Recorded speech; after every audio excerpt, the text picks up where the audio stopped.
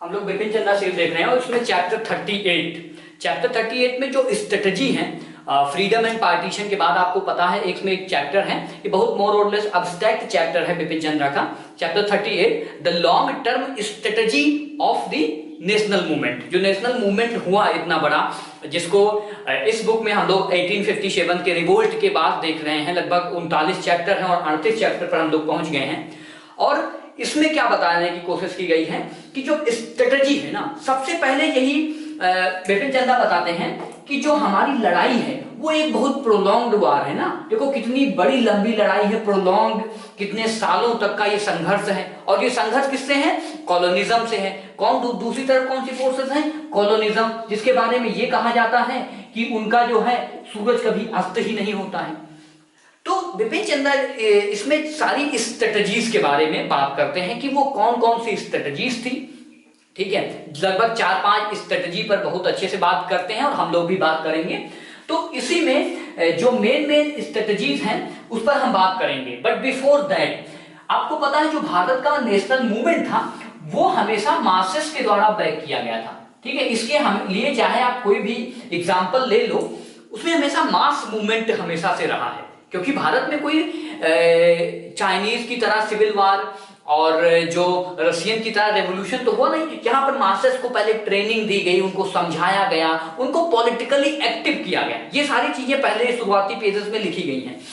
तो ये कहते हैं कि जो मास मूवमेंट होता है, कोई भी मास मूवमेंट है, उसको लीड करने के लिए, उसको चलाने के लिए ये जरूरी नहीं है कि कितना ज्यादा एक्सप्लॉयटेशन हुआ है। कितना ज्यादा एक्सप्लॉयटेशन मतलब कितना शोषण हुआ है और कितना डोमिनेशन हुआ है, सिर्फ इस पर मास मूवमेंट निर्धारित नहीं होता है कि कितना आपका शोषण किया गया है।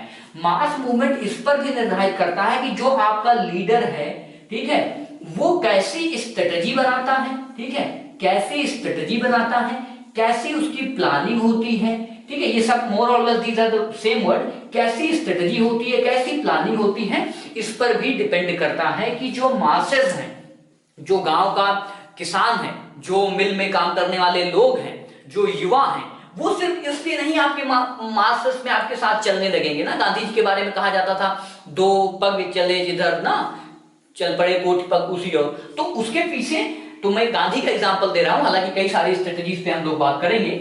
तो इस पर भी बात करता है कि जो आपका नेशनल मूवमेंट है उसकी स्ट्रेटजी क्या है, उसकी प्लानिंग क्या है, ठीक है, उसकी टैक्टिक्स क्या है, ठीक है, उसमें कौन कौन सी टैक्टिक्स यूज हो रही हैं, इस पर मूवमेंट बहुत ज्यादा रिलाई करता है। तो एक्सप्लॉयटेशन और डोमिनेशन, कितना शोषण हुआ है, कितने सालों से आपको दबाया गया है, कुचला गया है अधिकारों को, उससे ज्यादा भी ये महत्वपूर्ण है कि जो हम लोग इंडिपेंडेंस मिली हमको, उसमें हमारी जो योजनाएं थी, हमारी जो कार्य योजनाएं थी नेशनल मूवमेंट को लीड करने के लिए, उनका भी बहुत बड़ा इंपॉर्टेंट रोल था।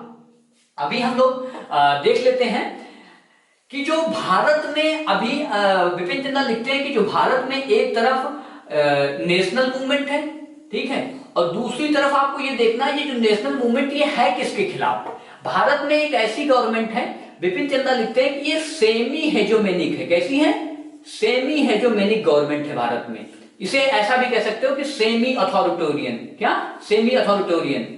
अब जो अथॉरिटेरियन गवर्नमेंट होती है, अथॉरिटेरियन, इसमें डेमोक्रेटिक मीन्स तो होते नहीं, बहुत ज्यादा टायरेनी होती है, बहुत ज्यादा लोगों का सप्रेशन होता है ना, जिसे अथॉरिटेरियन गवर्नमेंट कहते हैं, अथॉरिटेरियन। ठीक है, लेकिन ये सेमी है। अब आप पूछोगे भाई सेमी शब्द क्यों लगाया गया है? सेमी शब्द इसलिए लगाया गया है ब्रिटिश के लिए, हालांकि ये मैं राइटर के पॉइंट ऑफ व्यू से बात कर रहा हूं, इसमें मेरी कोई वो नहीं है इनपुट। इसलिए सेमी अथॉरिटेरियन या सेमी हेजोमेनिक, हेजोमेनी का मतलब क्या होता है? जब एक वर्ग, एक ग्रुप दूसरे ग्रुप के ऊपर हावी होने लगता है।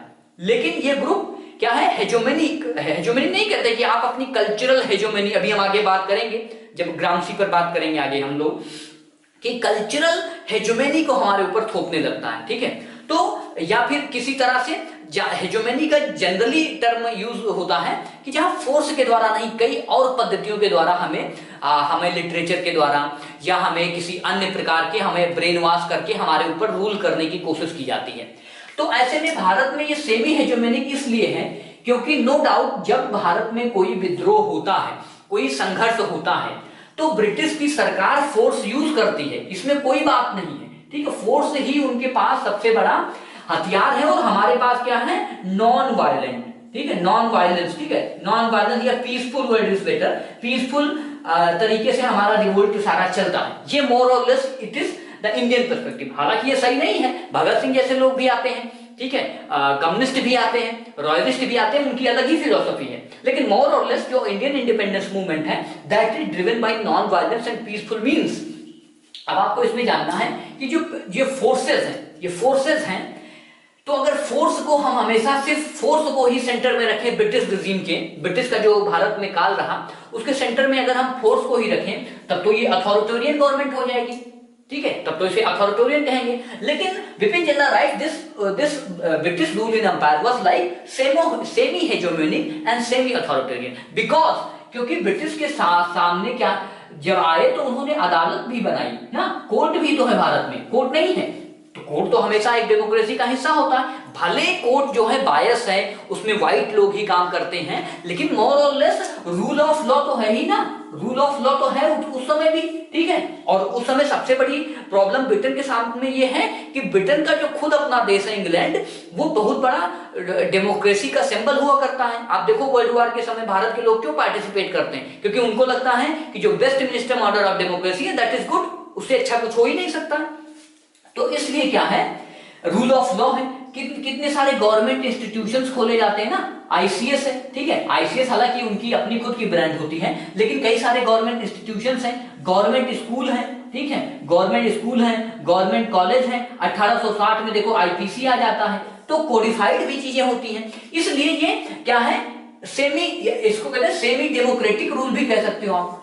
इस सेमी डेमोक्रेटिक रूल्स के लिए जो हमारी स्ट्रेटजीज होगी, इसको मैं रफ कर रहा हूं, ठीक है, semi democratic regime, semi hegemonic regime, semi authoritarian regime like Britain, like the colonial power Britain, ठीक है, उससे लड़ने का जो कॉन्सेप्ट है उसके लिए हमें कुछ स्ट्रेटजीज बनानी पड़ेंगी, कुछ योजनाएं बनानी पड़ेंगी, और उसी योजनाओं पर 4-5 योजनाएं हैं जिस पर ये किताब फोकस है। लेकिन उससे पहले मैं आपको बता दूं, ये जो हेजेमनी है इस पर मैं थोड़ा आपको बता देता हूं।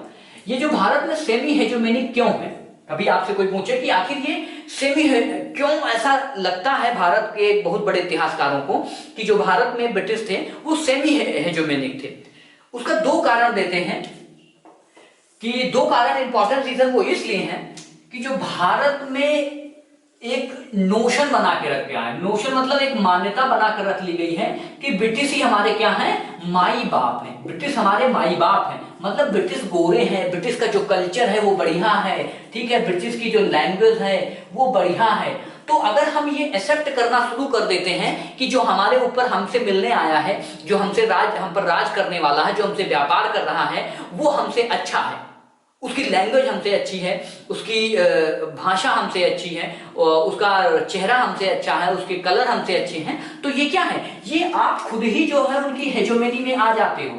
तो पहला कारण तो यही था कि जो है हम उनकी हेजेमनी में अंदर चले जाते हैं, ठीक है। और फिर देखो हमारे गांधी जी बाद में कहते हैं ना, हमने पूर्ण स्वराज रेजोल्यूशन देखा था, पूर्ण स्वराज रेजोल्यूशन का ड्राफ्ट जब हमने पढ़ा था तो उसमें मैंने आपको बताया था कि किस प्रकार से कल्चर, इन्वायरमेंट, एजुकेशन सब पर जो है प्रहार किया जाता है। तो वही हेजेमनी पर, वो क्या है, वो हेजेमनी पर प्रहार होता है, उस पर कुठार होता है, दैट इज अनदर थिंग। और दूसरा जो सबसे इंपॉर्टेंट है वो है इनविजिबल, एक शब्द होता है अंग्रेजी में, इसको कहते हैं इनविजिबल, ठीक है, मतलब कि जो अजय है ना, जिसे कहते हैं अजय, ठीक है, someone or something which can't be defeat, ऐसा व्यक्ति जिसको हम डिफीट ही नहीं कर सकते ना।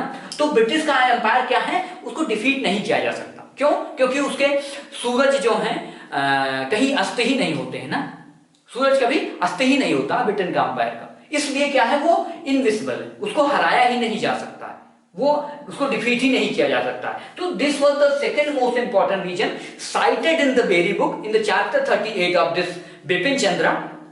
तो ये आपको याद रखना है। अभी हम लोग आगे बात करेंगे एक एक करके जो इसकी स्ट्रेटजीज हैं, चाहे वो ग्रामस्की का वारा पोजीशन की बात हो, या फिर एसटीएस स्ट्रगल ट्रूथ स्ट्रगल की बात हो, या फिर गांधीयन कंस्ट्रक्टिव वर्क की बात हो, या फिर जो प्रोपेगेंडा इन लेजिस्लेचर की बात हो, ये सारी जो स्ट्रेटजीज हैं फिर ये जो मूवमेंट था ये इंटरनेशनल स्केल पर गांधी के जो प्रयोग हैं उनसे कैसे अलग था, ये सारे डिफरेंट क्वेश्चंस हम लोग देखेंगे।